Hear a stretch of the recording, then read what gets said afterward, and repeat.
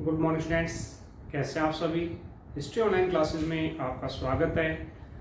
आज की वीडियो में हम बात करेंगे कक्षा 12वीं के अध्याय नंबर 6 जिसका नाम है भक्ति सूफी परंपराएं। इस लेसन से संबंधित एक वीडियो हमने पहले बनाई थी जिसमें हमने भक्ति सूफी का अर्थ और आलवार और नैनार संतों के बारे में पढ़ा था। आज हम पढ़ेंगे आलवार और नैनार संतों की शिक्षाएं, उनका राज्यों के साथ संबंध और कर्नाटक के वीर शैव मत के बारे में। तो चलो चलते हैं अपने टॉपिक की तरफ। आलवार नैनार संतों की शिक्षाएं। हम देखते हैं कि ज्यादातर आलवार और नैनार जो संत थे वो निम्न जाति से संबंध रखते थे, तो ज्यादातर उनका जो फोकस था वो जाति प्रथा के विरोध में ही था। तो सबसे पहला पॉइंट जो है वो है जाति प्रथा का विरोध। चाहे आलवार संत थे या नैनार संत थे, दोनों संतों ने समाज में प्रचलित जाति प्रथा का कड़े शब्दों में विरोध किया। नैनारों ने तो यहां तक कह दिया था कि जाति प्रथा भारतीय समाज के ऊपर सबसे बड़ा कलंक है।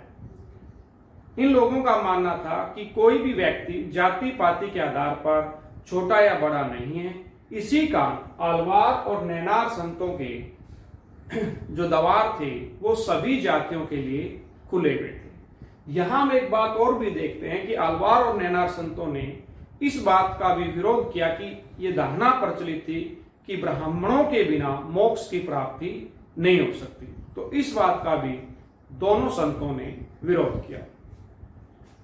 अगला है स्त्री पुरुष समानता के पक्षधर। आज भी हम देखते हैं कि भारतीय समाज के अंदर महिला और पुरुष में भिन्नताएं या असमानताएं देखी जाती है। आज भी हम ये देखते हैं कि बहुत से परिवार, बहुत से संप्रदाय, बहुत से समुदाय ऐसे हैं जिनका ये मानना है कि उत्तर के बिना परिवार पूरा नहीं है।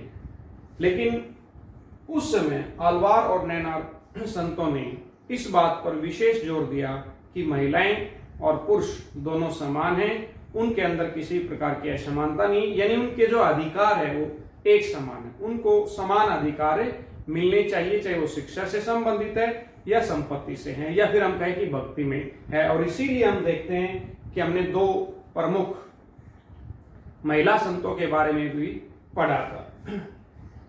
कर्म में विश्वास। आलवार और नैनार दोनों ही कर्म के अंदर विश्वास रखते थे। इनका मानना था कि कर्म के अनुसार ही मनुष्य को मोक्ष की प्राप्ति होती है, न कि जाति के आधार पर। इन लोगों का मानना था कि अच्छे कर्म करने वाला निम्न वर्ग का व्यक्ति भी उस प्रभु यानी ये शिव को और विष्णु के दरबार में उतना ही मान सम्मान प्राप्त करेगा जितना कि एक ब्राह्मण। दूसरी तरफ उन्होंने कहा कि यदि ब्राह्मण बुरे कर्म करता है तो ईश्वर उसको भी उसके कर्मों का फल देगा। इसलिए मनुष्य को हमेशा अच्छे कर्म करने चाहिए और कर्म के अनुसार ही मनुष्य को मोक्ष की प्राप्ति होती है। विधवा विवाह के पक्ष में हम देखते हैं कि जिस समय की हम बातें कर रहे हैं 8वीं से लेकर 18वीं शताब्दी के बीच की, उसमें भारतीय समाज में एक रूढ़ि थी कि जो विधवाएं थी उनको पुनः विवाह करने की आज्ञा नहीं थी।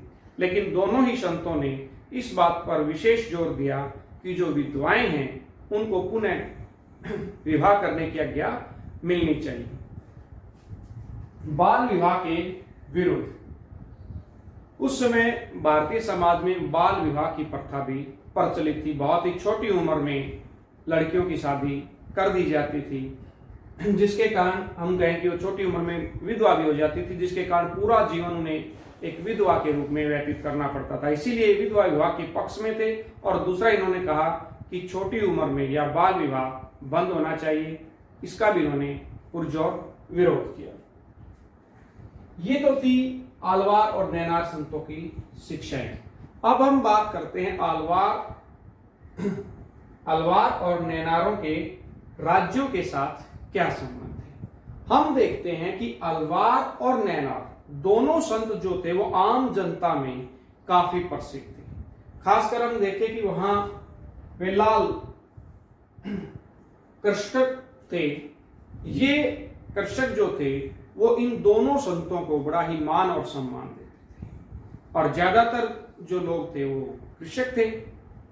तो राजा चाहते थे कि इन संतों के साथ संबंध स्थापित करके जनता के ऊपर भी नियंत्रण स्थापित किया जा सकता है। इसलिए उस समय के जो राजा थे उन राजाओं ने अलवार और नैनार दोनों को अपने पक्ष में करने का प्रयास किया और उसके लिए उन्होंने बहुत से कार्य भी किए। तो सबसे पहले बात करते हैं अलवार।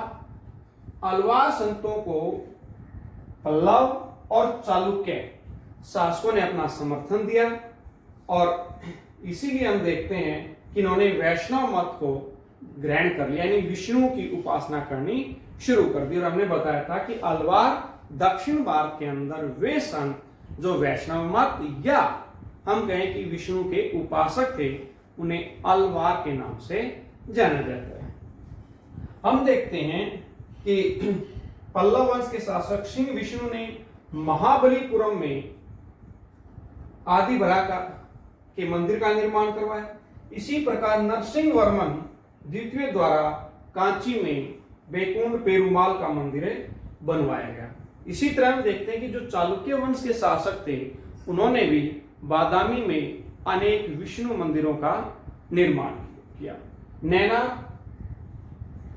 यानी शिव के उपासक दक्षिण भारत के अंदर वे संत जो शिव की उपासना करते थे या शैव मत के उपासक थे उन्हें नैनार के नाम से जाना जाता है। चोल और राष्ट्रकूट शासकों ने नैनारों का समर्थन किया और हम देखते हैं कि चोलों ने देवीय समर्थन प्राप्त करने का प्रयास किया कि भाई हम भी इन्हीं से संबंधित हैं और इसीलिए उन्होंने चिदम्बरम, तंजावुर, गंगैकोंड चोलपुरम में अनेक शिव मंदिरों का निर्माण करवाया और इन मंदिरों के अंदर कांस्य की शिव प्रतिमाएं या मूर्तियां रखी गई। सबसे बड़ी विशेषता यहां जो है वो है कि शिव की हमें इस क्षेत्र से नटराज की 108 कांस्य की मूर्तियां या प्रतिमाएं प्राप्त हुई है। इसी प्रकार हम देखते हैं कि 945 ईस्वी का एक अभिलेख प्राप्त हुआ है जो कि प्रांतक प्रथम के बारे में हमें जानकारी देता है। इस अभिलेख के अनुसार प्रांतक प्रथम ने अपार, समंद्रम और सुंदरार जो कि नैनार संत थे इनकी मूर्तियां चिदम्बरम मंदिर में स्थापित करवाई। शिव के साथ साथ इनकी भी मूर्तियां वहां पर स्थापित करवाई गई, जिससे पता लगता है कि ये लोग, ये राजा इनसे कितना प्रेम या हम कहें कि इनका कितना समर्थन प्राप्त करना चाहते थे। इसी प्रकार जो राष्ट्रकूट शासक हैं वो भी नैनार संतों के पक्ष में थे, उन्होंने भी शैव मत को दान कर लिया था और इसका उदाहरण हमें मिलता है कृष्ण प्रथम ने एलोरा के अंदर एक कैलाश मंदिर का निर्माण करवाया था। ये मंदिर शिव को समर्पित है और हम कहें कि भारत का ऐसा पहला मंदिर जो चट्टान को काटकर बनाया गया है। चट्टान है उसको फिर काट के कहीं भी इसको ईंट पत्थर आदि जोड़े नहीं गए, जो चट्टान है उसी को काट के इस मंदिर का निर्माण करवाया गया है। तो ये तो था नैनार और अलवार संतों की शिक्षाएं और उनका राज्य के साथ संबंध। अब हम बात करते हैं कर्नाटक की वीर शैव परंपरा के अंदर। कर्नाटक के अंदर एक अलग तरह की परंपरा चली हुई थी जिसे वीर शैव परंपरा या लिंगायत संप्रदाय के नाम से जाना जाता है। यहाँ जो लोग थे वो शिव की उपासना करते थे और इस वीर शैव परंपरा की जो स्थापना है वो वासवन्ना ने की थी। वासवन्ना का जन्म 1106 ईस्वी में बीजापुर के बगेवाड़ी गांव के अंदर हुआ था।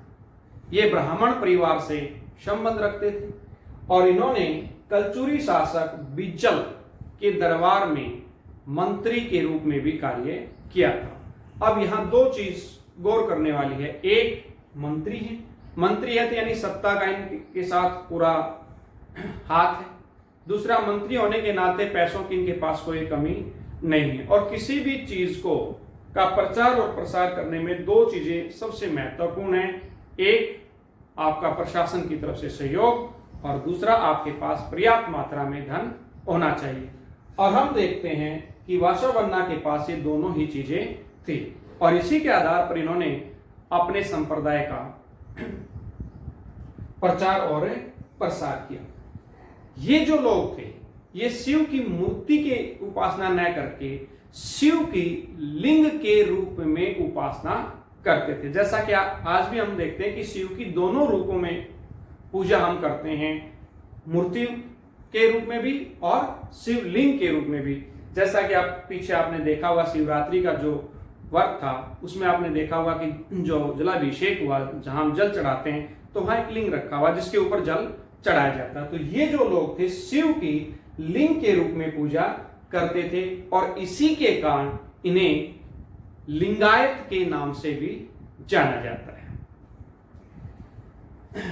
वासवन्ना ने अपनी शिक्षा का प्रचार और प्रसार करने के लिए कन्नड़ भाषा का प्रयोग किया, और लगभग इनकी शिक्षाएं जो अलवार और नैनारों की थी वही थी कि जाति प्रथा का विरोध, विधवा विवाह का विरोध, महिला पुरुष की समानता के पक्षधर, लगभग सेम शिक्षाएं इनकी थी।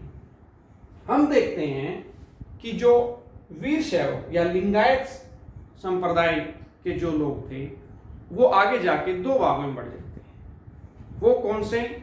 कुछ संत ऐसे थे जो एक ही स्थान पर रहकर अपने संप्रदाय का प्रचार और प्रसार करना चाहते थे, लेकिन कुछ लोग ऐसे भी थे जो घूम घूम कर अपने मत का प्रचार करने चाहते थे।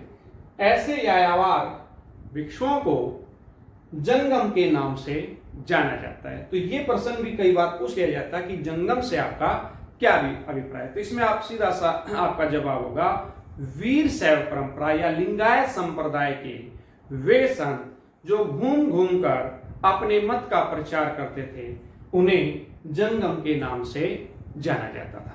इन संतों ने, यहाँ कहा कि वासवन्ना ने कन्नड़ भाषा का प्रयोग किया, और इसी भाषा में इन्होंने अपना साहित्य भी लिखा, और जो भजन इनके द्वारा गाए गए या लिखे गए, उन्हें वचन के नाम से जाना जाता है।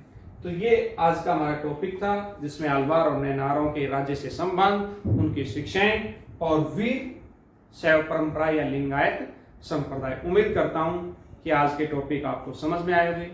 धन्यवाद। अपने नोट्स बनाते रहे। Thank you.